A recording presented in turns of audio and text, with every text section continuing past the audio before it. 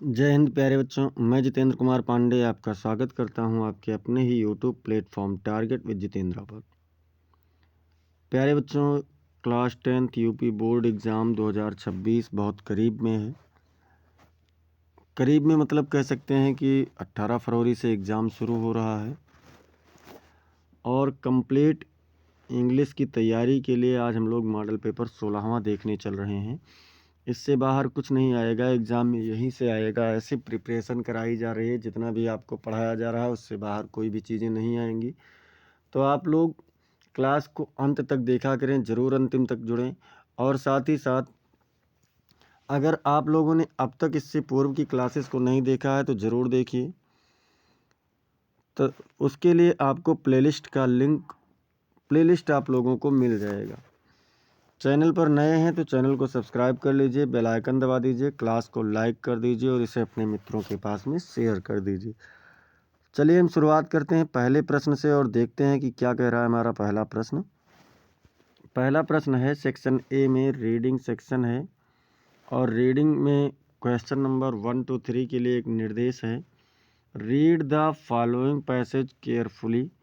नीचे दिए गए पैसेज को ध्यानपूर्वक पढ़ो and choose the correct option to answer the questions. और उत्तर देने के लिए दैट फॉलो, उससे संबंधित प्रश्नों का उत्तर देने के लिए सही विकल्प का चयन करो। अब इसमें पैसेज क्या है बच्चों? An old man was distressed, एक बूढ़ा व्यक्ति दुखी था। बिकॉज, क्योंकि हिज सन्स ऑलवेज क्वेरल्ड, उसके बेटे सदैव लड़ते रहते थे। विद वन अनदर, एक दूसरे के साथ। एक बूढ़ा व्यक्ति दुखी था क्योंकि उसके बेटे सदैव एक दूसरे से लड़ते रहते थे। वन डे, एक दिन, he called them to him, उसने उन्हें अपने पास बुलाया। And showed them a bundle of sticks tied together, और उन्हें लाठियों की या कह सकते हैं लकड़ियों की एक बंडल एक साथ बंधा हुआ दिखाया। ही आस्क्ड, उसने कहा, if any one of them was strong enough, कि क्या उनमें से कोई पर्याप्त शक्तिशाली था टू ब्रेक देम, उन्हें तोड़ने के लिए। उसने उनसे मतलब उन्हें कहा कि क्या उनमें से कोई उसे तोड़ने के लिए पर्याप्त शक्तिशाली था। फर्स्ट, पहले, one and then another tried, पहले एक ने फिर उसके बाद में दूसरे ने प्रयास किया। बट दे ऑल फेल्ड, लेकिन वे सभी असफल हो गए। He then untied the bundle, तब उसने उस बंडल को खोल दिया। And told them to break each stick separately, और फिर उनमें से प्रत्येक को एक एक छड़ी तोड़ने के लिए, अलग अलग छड़ी तोड़ने के लिए कहा। दिस दे डिड इजली, इसे उन्होंने आसानी से कर लिया।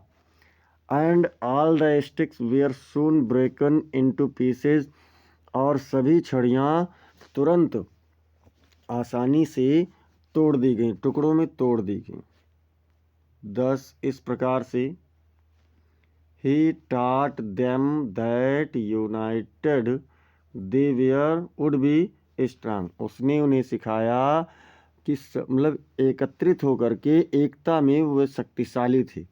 But disunited they would always be weak, लेकिन डिसयूनाइटेड अर्थात कि अनेकता में उनमें हमेशा क्या होती, वह कमज़ोर ही होते, सदैव कमज़ोर ही हो जाती।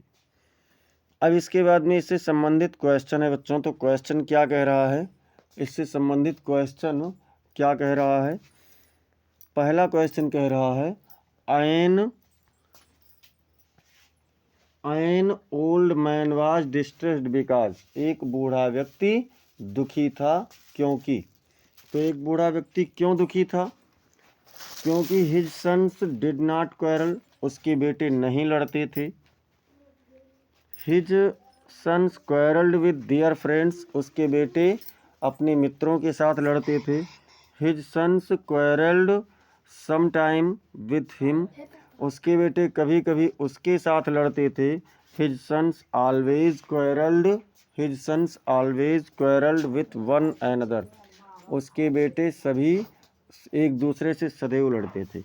तो दुखी इसीलिए था बच्चों क्योंकि उसके बेटे एक दूसरे से हमेशा लड़ते रहते थे। डी वाला विकल्प आपका बिल्कुल सही आंसर हो जाएगा। बी नंबर क्या कह रहा है? तो बी नंबर कह रहा है an old man was distressed, एक बूढ़ा व्यक्ति दुखी था। अब इसमें कह रहे हैं इट मीन्स, इसका मतलब था ही वाज, वह था। वह क्या था?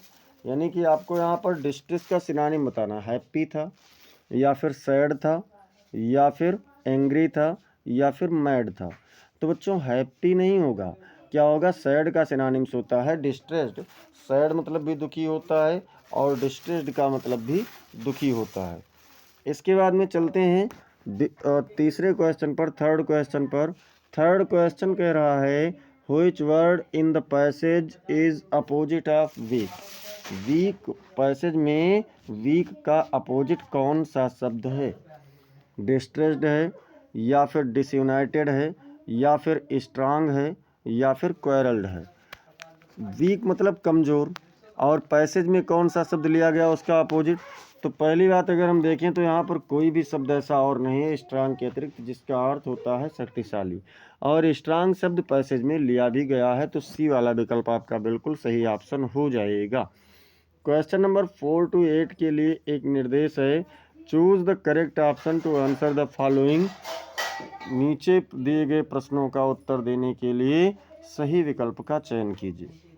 जिसमें क्वेश्चन नंबर 4 क्या कह रहा है? तो क्वेश्चन नंबर 4 कह रहा है कि he wants to dot dot trekking in the Himalayas. अब क्या होगा? यहाँ पर वर्ब का फॉर्म भरना है, तो गोइंग होगा, या फिर गोज होगा, या गान होगा, या गो होगा। तो देखिए बच्चों, इसमें टू के बाद में वर्ब का फॉर्म भरना है, टू के बाद में, और टू के बाद में जब वर्ब का फॉर्म भरना है तो वर्ब का फर्स्ट फॉर्म भरा जाएगा, इसलिए आपका डी वाला विकल्प बिल्कुल सही आंसर हो जाएगा। अगला देखते हैं। तो अगला प्रश्न है क्वेश्चन नंबर 5, कह रहा है if you want to know about new things, यदि तुम नए चीज़ों के बारे में जानना चाहते हो, यू आर तो तुम हो, क्या हो? कॉशियस हो, या कॉन्शियस हो, या केयरलेस हो, या क्यूरियस हो।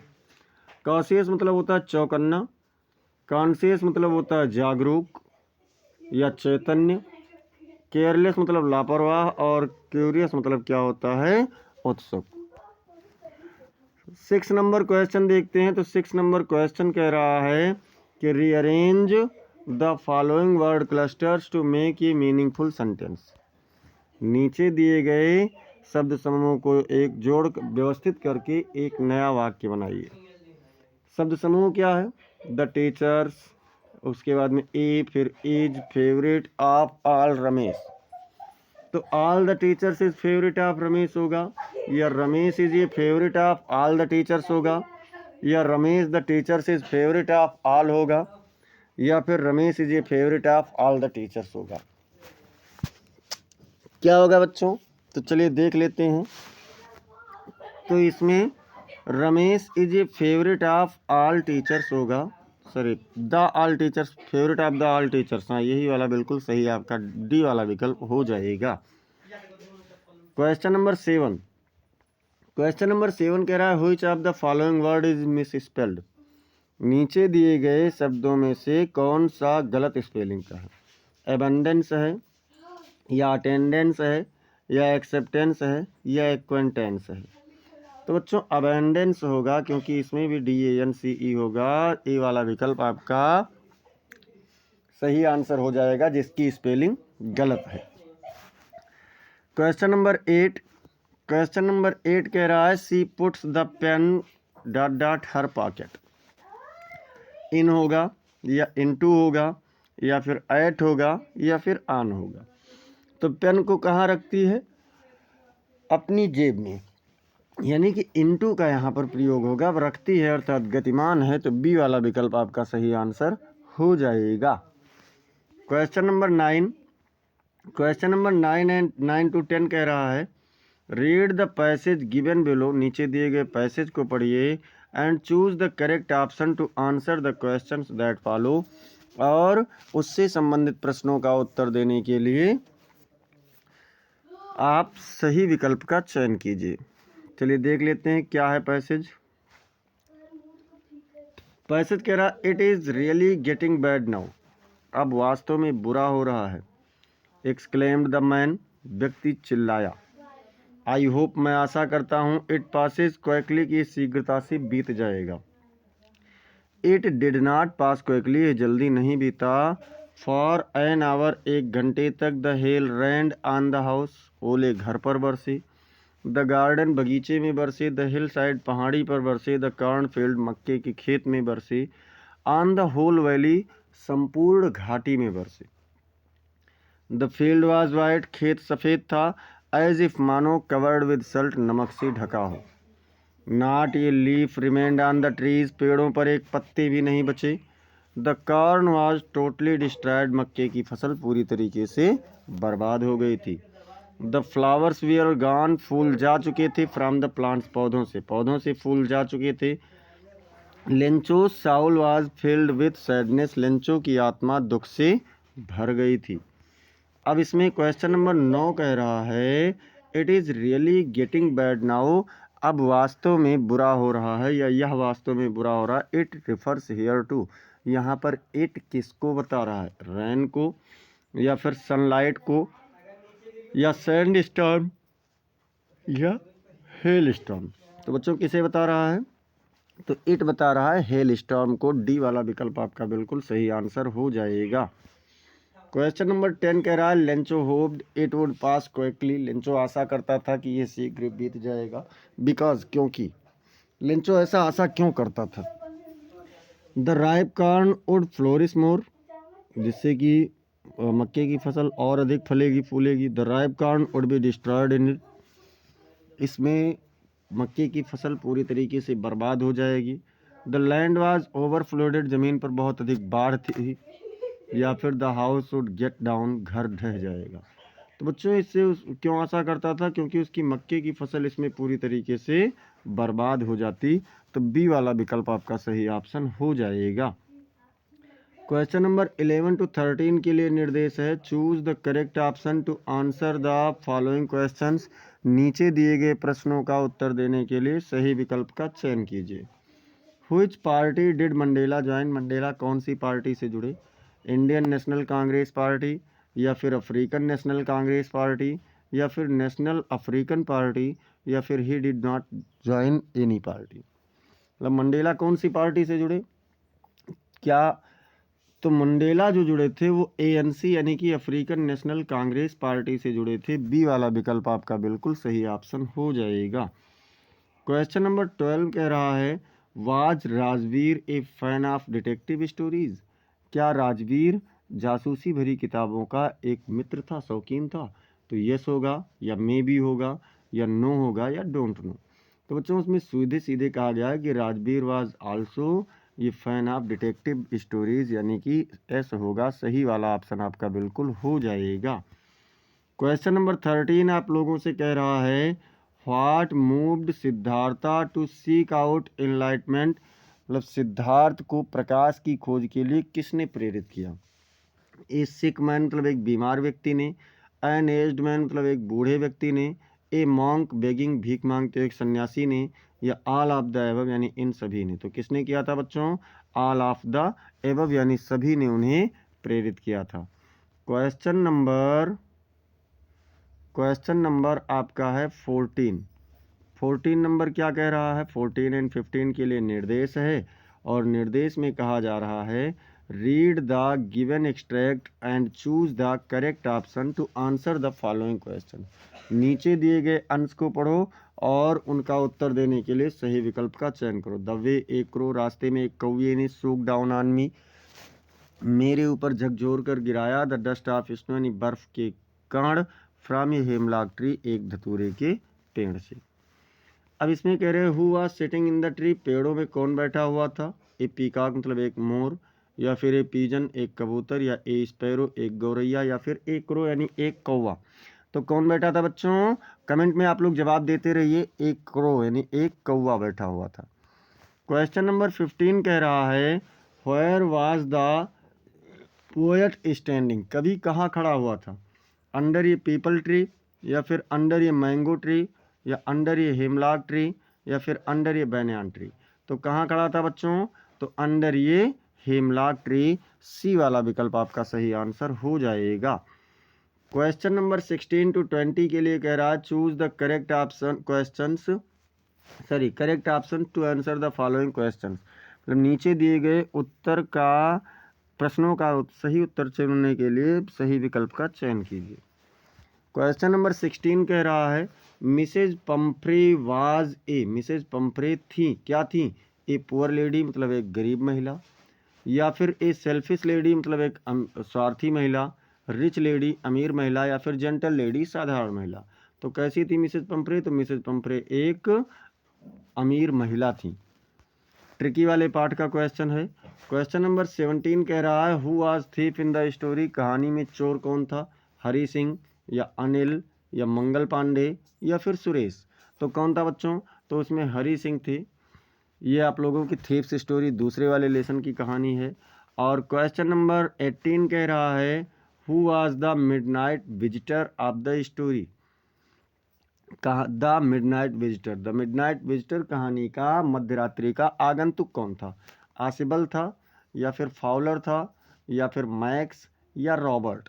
तो बच्चों रात में मध्यरात्रि के समय कौन आया हुआ था? तो उस समय आया हुआ था मैक्स, तो इसलिए मैक्स आपका सही ऑप्शन हो जाएगा सी वाला विकल्प। क्वेश्चन नंबर 19 कह रहा है वेयर वाज एवराइट बॉर्न इन, एवराइट कहाँ पैदा हुआ था? लिवरपूल में, या फिर लंदन में, या रीडिंग में, या ऑक्सफोर्ड में। तो एवराइट कहाँ पैदा हुआ था? एवराइट पैदा हुआ था रीडिंग में। कहाँ पर? रीडिंग में। सी वाला विकल्प आपका बिल्कुल सही आंसर हो जाएगा। क्वेश्चन नंबर 20 नंबर कह रहा है माटिल्डा ऑलवेज रिमेंड, माटिल्डा सदैव रहती थी। कैसे रहती थी? अनहैप्पी, या फिर हैप्पी, या फिर डिलाइटेड, या फिर कॉन्टेंटेड। माटिल्डा कैसी रहती थी बच्चों? तो माटिल्डा हमेशा अनहैप्पी रहती थी। क्यों? क्योंकि उसके पास संपत्तियां नहीं थी। क्वेश्चन नंबर 21 है नहीं, अब 21 मतलब 1। यहाँ से हम लोग सेक्शन बी पर पहुँच गए। और सेक्शन बी शुरुआत करने से पहले एक बार सभी लोग जोरदार तरीके से क्लास को लाइक कर दीजिए और आप इसे अपने मित्रों के पास में शेयर भी करते रहिए। पार्ट बी यहाँ से आपका शुरू हो रहा है। पार्ट बी कह रहा है पहला क्वेश्चन इसमें read the following passage and answer the questions that follow. नीचे दिए गए पैसेज को पढ़िए और उससे संबंधित प्रश्नों का उत्तर दीजिए। चलो देख लेते हैं क्या कह रहा है। Man is made up of many qualities, मनुष्य कई गुणों से बना हुआ है। बोथ गुड एंड बैड, दोनों प्रकार के, अच्छे और बुरे। And among the latter is anger, और इसके बाद में इसके बीच में क्रोध भी है। The nature of every human being is such that, प्रत्येक मनुष्य का एक ऐसा गुण होता है कि anything that gives offence to his sentiments, कोई भी चीज़ें जो उसके भावनाओं को आहत करती हैं, or goes against his principles, या उसके सिद्धांत के विरुद्ध जाती हैं, एक्साइट्स हिज एंगर, उसके क्रोध को बढ़ा देती हैं। The evils which result from anger are many, ऐसी बुराइयां जो क्रोध के रूप में परिणाम में आती हैं बहुत सारी हैं।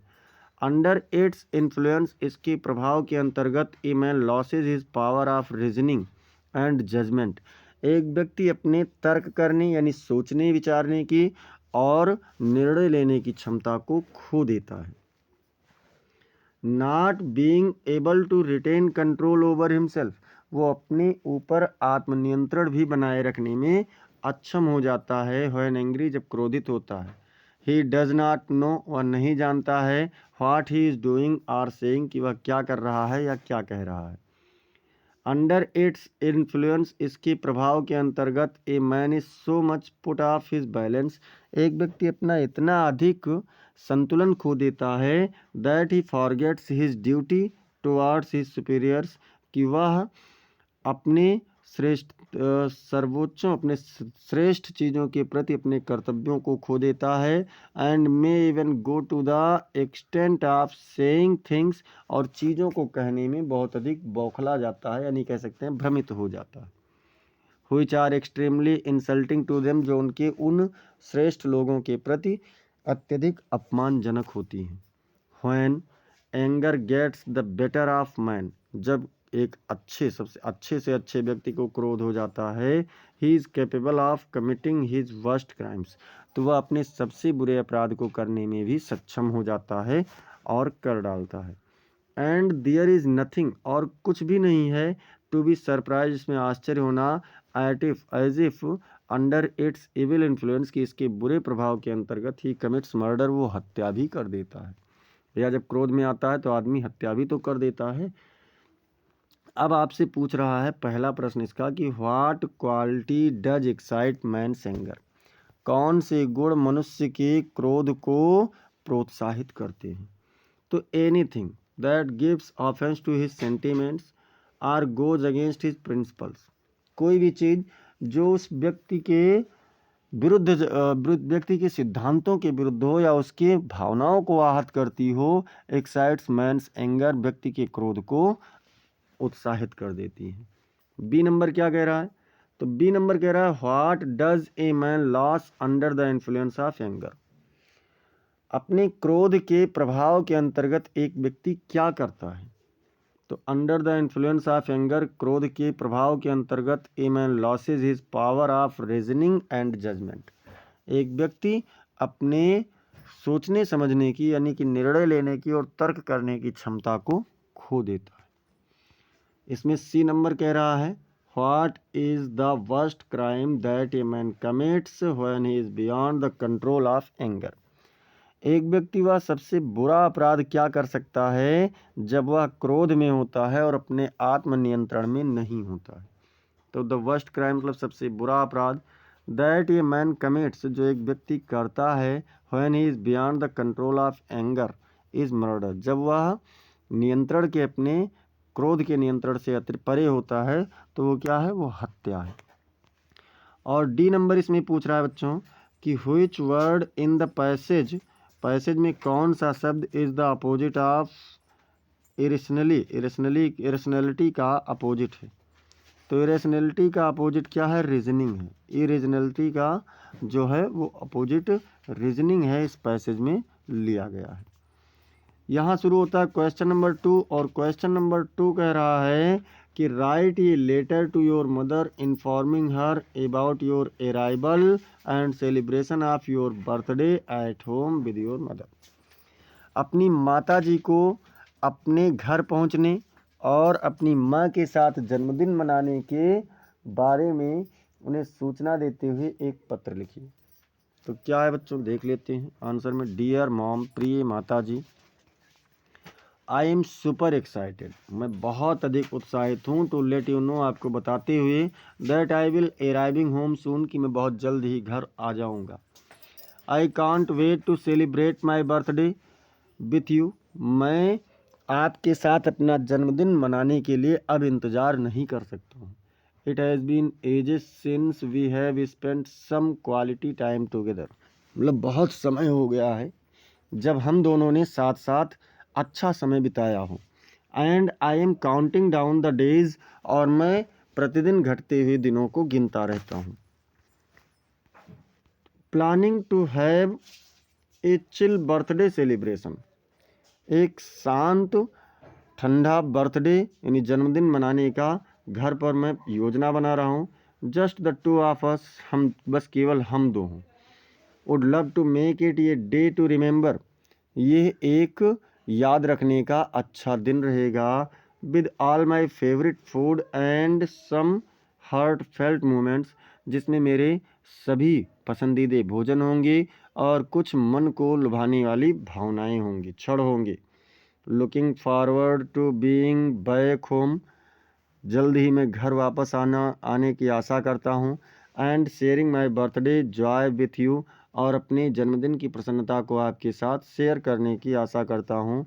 Will let you know my exact arrival time soon, मैं आपको जल्द ही अपने आने के सही समय को बता दूंगा। लॉट्स ऑफ लव, बहुत अधिक आपका प्यारा, अत्यधिक प्यारा XX। यहाँ पर एक बार सभी लोग बच्चों क्लास को शेयर कर दीजिए और साथ ही साथ इसे आप लोग लाइक करते रहिए। अगर अब तक सब्सक्राइब नहीं है तो सब्सक्राइब भी आप लोग करते रहिए। अब हम लोग चलते हैं अथवा वाले पर। मान लो आप इसे नहीं कर पा रहे हैं, तब आपको क्या करना है। तो अगर आप इसे नहीं कर पा रहे हैं तो write an application to the principal of your college to provide better games and sports facilities. अपने कॉलेज के प्रधानाचार्य को अच्छे खेल की सुविधाओं को प्रदान करने के लिए एक प्रार्थना पत्र लिखिए। चलो लिख देते हैं प्रिंसिपल सर को, और आंसर में देखते हैं टू द प्रिंसिपल, मतलब श्रीमान सेवा में प्रधानाचार्य महोदय, BHD inter college Dhanipur Gonda. Dear principal sir, श्रीमान principal sir, I am writing to request you to consider enhancing the games and sports facilities in our college. मैं खेल और खेल संबंधी सुविधाओं का विस्तार करने के लिए आपका ध्यान आकर्षण करते हुए प्रार्थना पत्र लिख रहा हूँ। करेंटली वर्तमान में our infrastructure and resources are quite basic. हमारी जो अवधारणाएं हैं और संसाधन बहुत आधारभूत हैं। And we would love to see some improvements, और हम इसमें कुछ सुधार करने की आशा देखेंगे। स्पेसिफिकली मतलब विशेष रूप से वी आर लुकिंग फॉर, हम तलाश कर रहे हैं बेटर इक्विप्ड जिम। जिम मतलब बहुत अच्छे से संसाधनों से युक्त जिम हो। अपग्रेडेड स्पोर्ट्स फील्ड हो, मतलब जिसमें खेल के मैदान हो। मोर स्पोर्ट्स इक्विपमेंट एंड किट्स हो, अधिक खेलों के उपकरण और उसके किट हों। Regular coaching and training sessions, नियमित रूप से हम लोगों को शिक्षण हो, मार्गदर्शन हो। दीज अपग्रेड्स, ये upgrade would greatly benefit students like us, हमारे जैसे बहुत से छात्रों को बहुत अधिक लाभ पहुंचाएंगे। who are eager to develop their skills and represent our college in various tournaments, जो हम अपनी कुशलताओं को विकसित करने में और हमारे कॉलेज को विभिन्न टूर्नामेंट में, प्रतियोगिताओं में प्रस्तुत करने के लिए उत्सुक हैं। वी बिलीव, हम विश्वास करते हैं that a well rounded sports programme is essential for our overall development, कि एक बहुत अच्छे से खेल हमारे संपूर्ण विकास के लिए अत्यधिक महत्वपूर्ण है। And we would appreciate it, और हम इसकी प्रशंसा करेंगे, if you could look into this matter, यदि आप इस मामले में ध्यान दें। Thank you for your time and consideration, आपके समय और विचार के लिए आपका बहुत बहुत धन्यवाद। इसके बाद में क्या है बच्चों, योर ओविडेंटली, आपका आज्ञाकारी शिष्य XX, मतलब जो आपको नाम नहीं लिखना है, क्लास 10th, और डेट आप लोग जो भी परीक्षा की होगी वही डालेंगे। इसके बाद में हम लोग चलते हैं क्वेश्चन नंबर 3 की ओर, जिसमें आपको एस्से देखने को मिलेगा। ये देखिए क्वेश्चन नंबर 3। क्वेश्चन नंबर 3 कह रहा है write a report on a flood scene, एक बाढ़ दृश्य का आप लोग बाढ़ दृश्य पर रिपोर्ट लिखिए इन अबाउट 80 to 100 वर्ड्स, 80 से 100 शब्दों में। हिंट्स में क्या है, प्लेस एंड सीन मतलब स्थान होना चाहिए, दृश्य होना चाहिए। Loss of property and human life, मानव जीवन और संपत्ति की हानियाँ, इफ एनी यदि कोई हुई हो। मिजरी संकट, रिलीफ वर्क राहत कार्य। योर ओपिनियन और आपका विचार। तो चलिए देख लेते हैं भैया फ्लूड सीन। फ्लूड सीन का रिपोर्ट है। ए डिवेस्टिंग फ्लूड हिट अवर टाउन, एक बर्बादीपूर्ण बाढ़ ने हमारे शहर में आई। कॉजिंग वाइड स्प्रेड डिस्ट्रक्शन, जिसमें बहुत विस्तृत बर्बादी एंड कोज और शोर शराबा का कारण बनी। The overflowing river submerged homes, बढ़ी हुई नदी घरों में मिल गई, रोड सड़कों पर मिल गई, एंड फील्ड्स और खेतों में मिल गई। Resulting in significant loss of property and human life, जो मानव जीवन और संपत्ति के बारे में एक महत्वपूर्ण परिणाम बना, कह सकते हैं उसके हानि का परिणाम बना।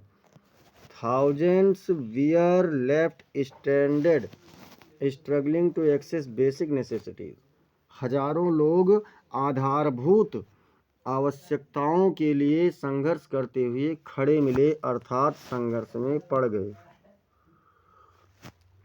द अफेक्टेड पीपुल, मतलब प्रभावित लोग, फेस्ड इमेंस मिजरीज, तात्कालिक संकटों का उन्होंने सामना किया with many losing their loved ones and livelihoods, जिसमें से कई से उनके जो प्रिय लोग थे और जीविकाएं थी वे सभी बर्बाद हो चुके थे।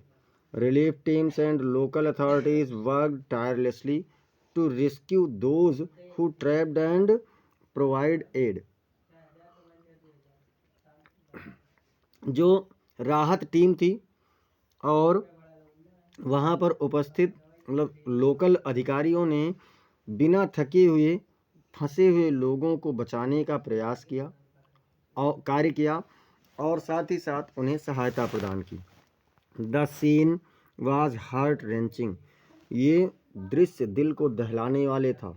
Emphasizing the need for effective disaster management, जो एक ऐसे बर्बादी यानी आपातकालीन व्यवस्था की प्रभावशाली व्यवस्था की आवश्यकता को दर्शा रहा था। And support for the victims to rebuild their lives, और उनके जीविका को पुनः बनाने के लिए उन्हें मदद की आवश्यकता को दर्शा रहा था।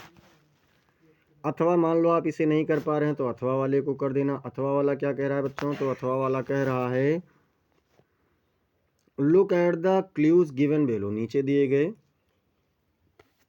संकेतों को देखो। टेकिंग क्लूज फ्रॉम देम, उनसे संकेत लेते हुए right an article on a public library, एक सार्वजनिक पुस्तकालय पर आपको एक आर्टिकल लिखना है इन अबाउट 80 to 100 वर्ड्स, 100 से 80 शब्दों में, जिसमें क्या है डिफरेंट सेक्शंस, विभिन्न भाग। Its name and where situated, इसका नाम और इसका स्थान कहाँ था। ए पब्लिक लाइब्रेरी, सार्वजनिक पुस्तकालय। स्टॉक ऑफ बुक्स, किताबों की संग्रह। Your opinion about it's improvement, इसके सुधार के लिए आपके विचार।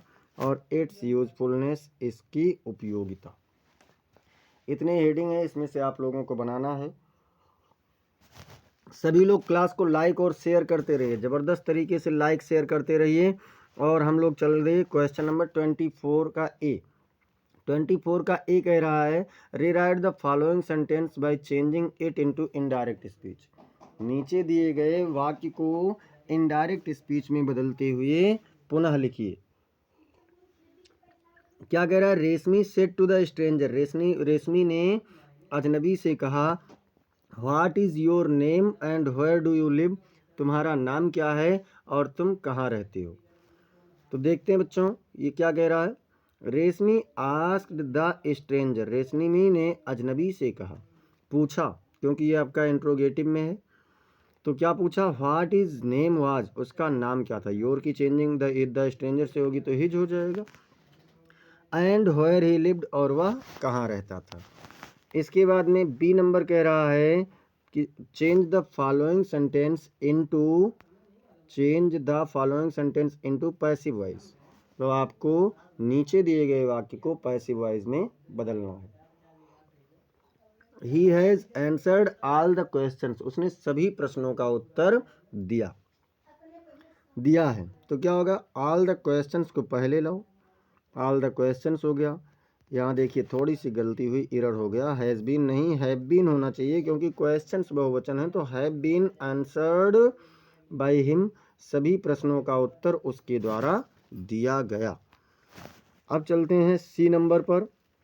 सी नंबर कह रहा है punctuate the following using capital letters also wherever necessary. नीचे दिए गए वाक्य को पंक्चुएट कीजिए, सही कीजिए, जिसमें जहाँ कहीं भी कैपिटल लेटर की आवश्यकता हो उसका भी प्रयोग कीजिए। वाक्य क्या है? What is your name, asked my senior, I replied my name is Prachi. तो देखिए व्हाट का डब्ल्यू कैपिटल लेटर में हो जाएगा। What is your name, name में बेटा यहाँ स्पेस हो गया है, गलत होगा। अच्छा पूछा गया है तो इन्वर्टेड कामा में लिखेंगे, उसके बाद प्रश्नवाचक चिन्ह लगा करके इन्वर्टेड कामा बंद कर देंगे, फिर कामा लगाएंगे, फिर आस्क्ड माय सीनियर। उसके बाद में क्या होगा? ये यहाँ पर इन्वर्टेड कामा नहीं लगेगा, ये गलती से लग गया है। आई रिप्लाइड, मैंने उत्तर दिया, फुल स्टॉप के बाद आई रिप्लाइड, मैंने उत्तर दिया। अब इसको इन्वर्टेड कामा में लिखेंगे, माय नेम इज़ प्राची। इस प्रकार से आप लोगों का पंक्चुएट हो जाएगा। डी नंबर कह रहा है डी नंबर कह रहा है कि translate the following into English, नीचे दिए गए वाक्य को अंग्रेजी में बदलो, अंग्रेजी में अनुवाद करो। क्या कह रहा है? पुस्तकें हमारी सबसे अच्छी मित्र हैं। पुस्तकें मतलब books are our best friend, हमारी सबसे अच्छी मित्र है। Books are our best friends. एक अच्छी पुस्तक पढ़ते समय हम अपनी परेशानियां एवं चिंताएं भूल जाते हैं। When we read a good book, जब हम एक अच्छी किताब पढ़ते हैं, we forget our troubles and worries, हम अपनी परेशानियां और चिंताएं भूल जाते हैं। पुस्तकें हमें ज्ञान देने के साथ साथ चरित्र का निर्माण भी करती हैं। Books not only impart knowledge, पुस्तकें न केवल ज्ञान देती हैं but also build our character, बल्कि हमारे चरित्र का भी निर्माण करती हैं। फिर अगला क्या कह रहा है कि पुस्तकें हम में साहस एवं आशा का संचार भी करती हैं। Books also instil courage and hope in us, मतलब किताबें हमारे अंदर आशा और ज्ञान का संचार भी करती हैं। अब इसके बाद में क्या है? 5वां क्वेश्चन, क्वेश्चन नंबर 5 से पहले एक बार सभी लोग लाइक और शेयर करते रहिए बेटा। अगर सब्सक्राइब नहीं किए हैं तो सब्सक्राइब भी करते रहिए। क्या कह रहा है? Answer the following questions in about 30 to 40 words each, नीचे दिए गए प्रश्नों का उत्तर प्रत्येक का 30 से 40 शब्दों में देना है। Whom did Lencho call a bunch of crooks? Lencho ने किसे बेईमानों का समूह कहा? एंड व्हाई, और क्यों कहा? तो किसे कहा और क्यों कहा?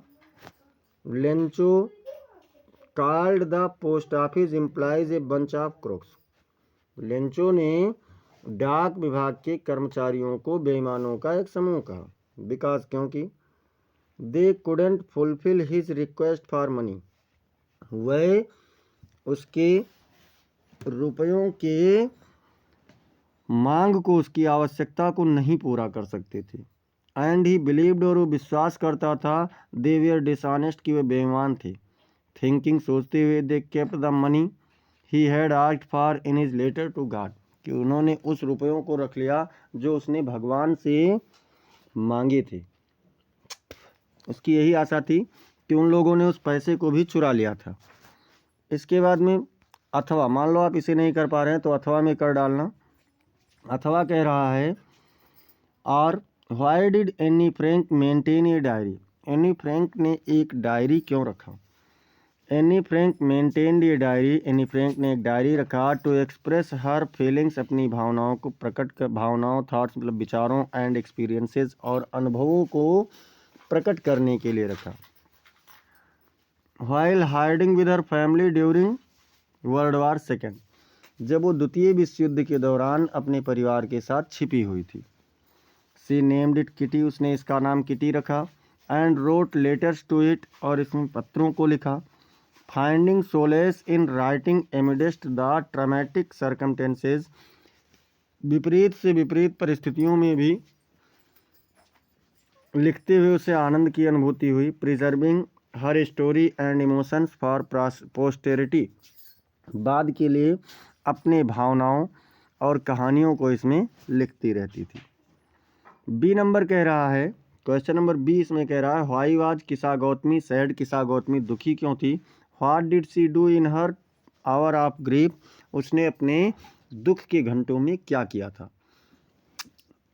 पहली बात तो दुखी क्यों थी, और जब दुखी थी तो उसने किया क्या था? तो भैया किसा गौतमी वाज सैड, किसा गौतमी दुखी थी, बिकॉज, क्योंकि her only son had died, उसका एकलौता बेटा मर गया था। And in her overwhelming grief, और अपने अत्यधिक दुख में, she carried his dead body to neighbours, वह उसके मृत शरीर को अपने पड़ोसियों के पास ले गई। एंड द बुद्धा, और बुद्ध के पास ले गई। Seeking medicine to cure him, उसका उपचार करने के लिए दवा की तलाश करते हुए। And bring him back to life, और उसे पुनः जीवन में वापस लाने के लिए। अथवा, मान लो आप इसे नहीं कर पा रहे हैं तो इसे कर लेना। अथवा क्या कह रहा है? Why was Lencho angry, Lencho दुखी क्यों था? When he received the letter, जब उसने पत्र को प्राप्त किया। लेंचो वाज एंग्री, लेंचो दुखी था, बिकॉज क्योंकि ही रिसीव्ड 70 पेजेस, उसने केवल 70 पेजेस प्राप्त किए थे। But he had asked God, sorry दुखी नहीं, क्रोधित था, लेंचो क्रोधित था क्योंकि उसने केवल 70 पेजेस प्राप्त किए थे। But he had asked God for 100 pages, लेकिन उसने भगवान से 100 पेजेस की मांग की थी। ही फर्मली बिलीव्ड, वह दृढ़ता से विश्वास करता था, God could not have made a mistake, कि भगवान कोई गलती नहीं कर सकता था। लीडिंग हिम टू कंक्लूड, जो उसे इस निष्कर्ष पर ले गया, that the post office employees had stolen the remaining 30 pages, कि डाक विभाग के कर्मचारी उसके बचे हुए 30 पेजेस को चुरा लिए थे। उसने यही निष्कर्ष निकाला। क्वेश्चन नंबर 6 कह रहा है बच्चों, 6 क्या कह रहा है, 6 नंबर कह रहा है answer any one of the following in about 60 words, किसी भी एक का उत्तर आप 60 शब्दों में दीजिए। How did the bus conductor receive Valli, bus conductor ने वल्ली का स्वागत कैसे किया, तो कैसे किया चलो देख लेते हैं, मतलब उसको कैसे प्राप्त किया। The bus conductor received Valli with a smile and friendly tone, bus conductor ने वल्ली का स्वागत मुस्कुराते हुए और एक मित्रवत व्यवहार में किया। He was amused by her curiosity and enthusiasm, उसकी उत्सुकता और उत्साह से बहुत अधिक प्रसन्न था। When Valli asked him questions, जब वल्ली ने उससे प्रश्नों को पूछा, he answered her in a jovial manner, तो उसने एक प्रसन्नतापूर्ण तरीके से, मजाकपूर्ण तरीके से उसका उत्तर दिया। एड्रेसिंग हर एज मैडम, उसे मैडम के रूप में कहते हुए। And showing appreciation for her eagerness to travel alone, और अकेली उसकी यात्रा करने के लिए उसके प्रति उत्सुकता को भी दिखाया। His demeanour put Valli at ease, उसके इस व्यवहार ने वल्ली को आराम प्रदान किया।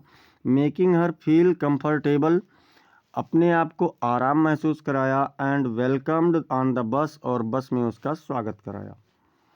अब बी नंबर क्या कह रहा है बच्चों, तो बी नंबर कह रहा है कि Nelson Mandela was the hero of South Africa's movement, Nelson Mandela दक्षिण अफ्रीका के नायक थे, दक्षिण अफ्रीका के आंदोलन के नायक थे। कमेंट इस पर आपको टिप्पणी करना है, तो चलो कर देते हैं भैया।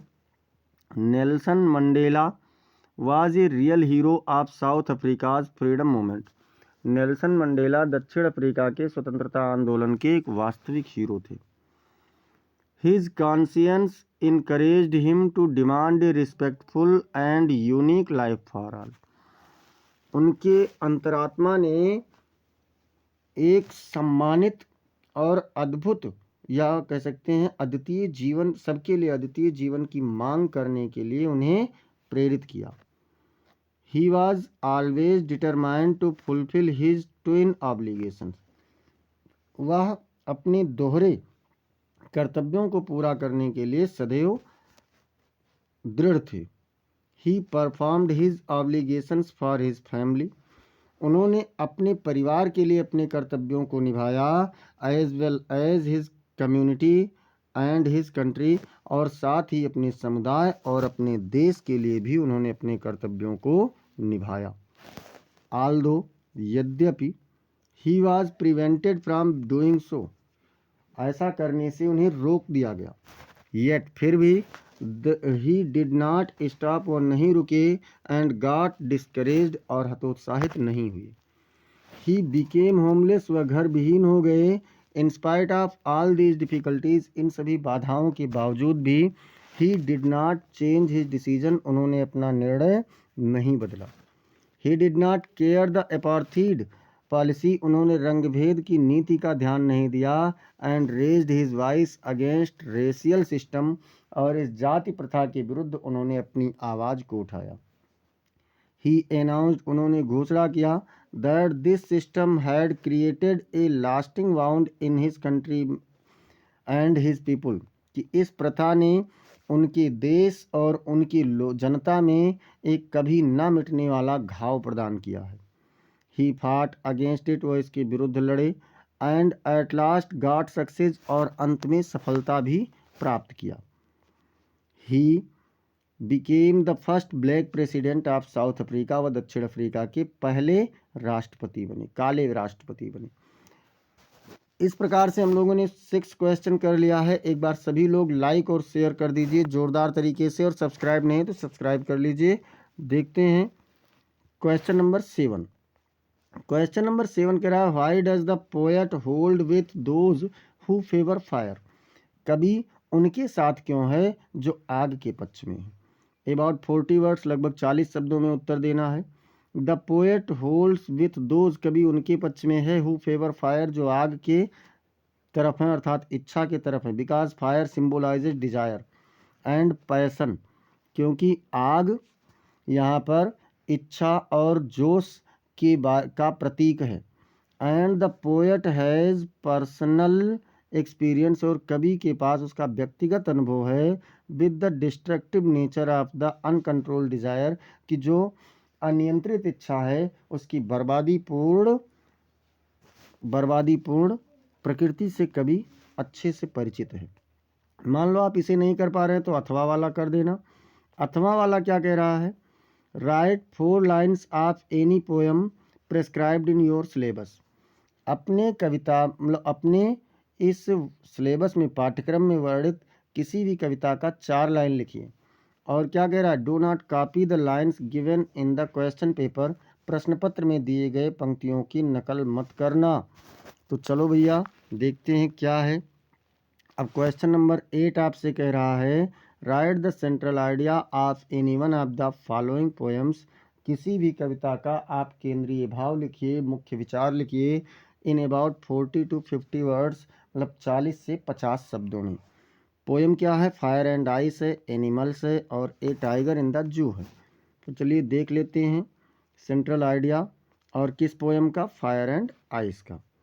The poem fire and ice by Robert frost explores the dual nature of human emotions.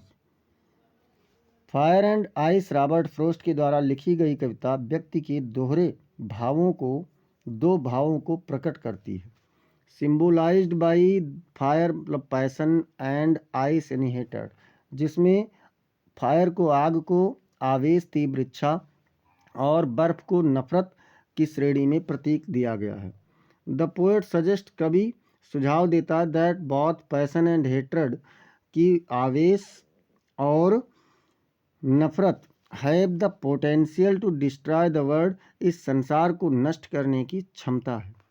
Highlighting the destructive nature of unchecked human emotions, जो मनुष्य के बिना जांचे परखे बर्बादीपूर्ण भावनाओं को प्रकट करता है, दिखाता है। अब इसके बाद में चलते हैं क्वेश्चन नंबर 9। और क्वेश्चन नंबर 9 क्या कह रहा है बच्चों, क्वेश्चन नंबर 9 कह रहा है answer any one of the following in about 30 to 40 words, किसी भी एक प्रश्न का उत्तर 30 से 40 शब्दों में आपको देना है।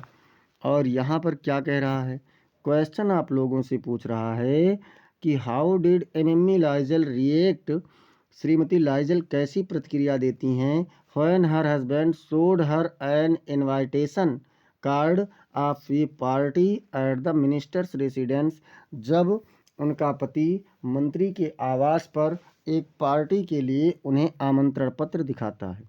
तो Mme Loisel reacted with distress and disappointment, श्रीमती लाइजल दुख और निराशा के साथ प्रतिक्रिया देती हैं। When her husband showed her the invitation card, जब उनका पति उन्हें आमंत्रण पत्र दिखाता है।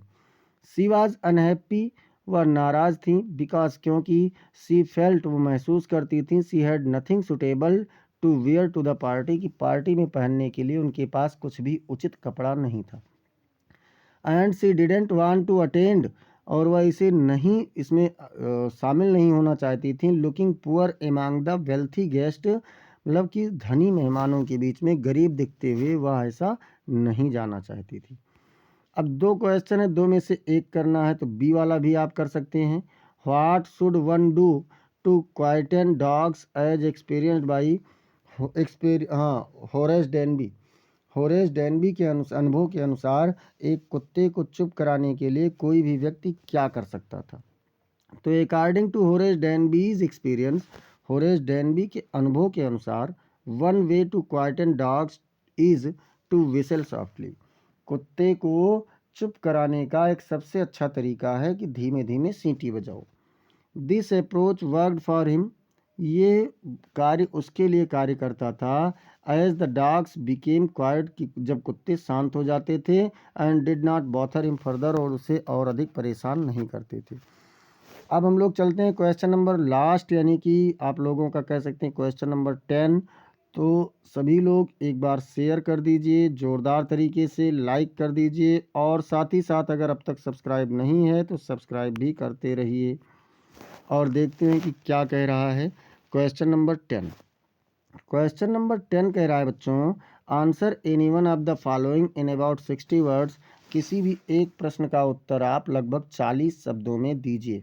How do M and Mme replace the necklace. श्रीमान और श्रीमती लाइजल हार को कैसे बदलते हैं, कैसे परिवर्तित करते हैं? तो भैया कैसे करते हैं? तो M and Mme Loisel replace the necklace by buying a similar one for 36,000 francs. श्रीमान और श्रीमती लाइजल हार को बदलने के लिए एक समान नया हार 36,000 फ्रैंक में खरीदते हैं। M Loisel use his inheritance of 18,000 francs. M Loisel, श्रीमान लाइजल अपने उत्तराधिकार में पाए हुए 18,000 फ्रैंक का प्रयोग करते हैं। And borrows the rest from money lenders, और बाकी के बचे हुए राशियां साहूकारों से प्राप्त करते हैं। They purchase the new necklace, वह एक नया हार खरीदते हैं। And return it to madam Forestier, और इसे मैडम फॉरेस्टियर को वापस कर देते हैं। Who doesn't notice the difference, जो इस भिन्नता को बिल्कुल भी ध्यान नहीं देती हैं। This replacement leads to a decade of hardship for the Loisels as they work to repay the डेब्ट। ये परिवर्तन उनके उस जीवन की कठिनाइयों को एक दशक में बदल देता है, जिसे वे कर्ज चुकाने में बिता देते हैं। मतलब 10 साल का समय उनका ले लेता है। अब क्वेश्चन नंबर बी कह रहा है, मान लो आप ए वाला नहीं कर पा रहे हैं तो बी नंबर कह रहा है कि write a character sketch of Hari Singh. Hari Singh का आपको चरित्र चित्रण करना है। हरी सिंह का चरित्र चित्रण क्या कह रहा है? Hari Singh was a 15 years old boy. Hari Singh एक 15 साल का लड़का था। बट इन दिस स्टोरी, लेकिन इस कहानी में, he has been presented as a well experienced and skilful थी। लेकिन इस कहानी में वह एक अच्छा अनुभवी और कुशल चोर के रूप में प्रस्तुत किया गया है। He had a great knowledge of human behaviour, उसके पास मनुष्य के व्यवहारों के बारे में एक बहुत अच्छी जानकारी थी। ही न्यू, वह जानता था, that simple looking person could be robbed easily, कि एक साधारण सा दिखने वाला व्यक्ति आसानी से लूटा जा सकता था। He was perfect in telling lies, वह झूठ बोलने में बहुत अधिक पूर्ण था, परिपक्व था। ही रॉब्ड अनिल, उसने अनिल को लूट लिया। हु ट्रस्टेड हिम, जो उस पर बहुत अधिक विश्वास करता था। इन द एंड, अंत में, ही रियलाइज्ड, उसे हिज मिस्टेक, उसे अपनी गलती का एहसास हुआ। सो इसलिए he was interesting character, he was an interesting character, वह एक रुचिकर पात्र था। इस प्रकार से बच्चों हम लोगों ने आज 16 नंबर का मॉडल पेपर कंप्लीट किया। और ऐसे ही समस्त मॉडल पेपर को पाने के लिए चैनल को सब्सक्राइब कीजिए, साथ ही साथ बेल आइकन दबाना ना भूलिए। क्लास को आप लोग लाइक किया कीजिए, क्योंकि आप जानते हैं क्लास बनाने में काफ़ी मेहनत लगती है। इसे आप अपने मित्रों के पास में शेयर भी कर दिया कीजिए। और ज़रूरी सूचना आप लोग बिल्कुल भी मत भूलिए कि कमेंट सेक्शन में अपने विचारों को ज़रूर प्रस्तुत कीजिए। आपको क्लास कैसा लगा, आपको अगर कोई क्वेश्चन है, कोई डाउट है, तो उसे भी कमेंट सेक्शन में बताइए। अगर कोई क्वेश्चन पेपर है तो आप लोग उस क्वेश्चन पेपर को टेलीग्राम के माध्यम से भेज सकते हैं, उसे आपका सॉल्व करवाया जाएगा। आपका एक एक कमेंट मेरे लिए अत्यधिक महत्वपूर्ण है और आपके सुझावों का हमेशा से स्वागत रहेगा। मिलते हैं फिर अगली क्लास में, तब तक के लिए जय हिंद, जय भारत।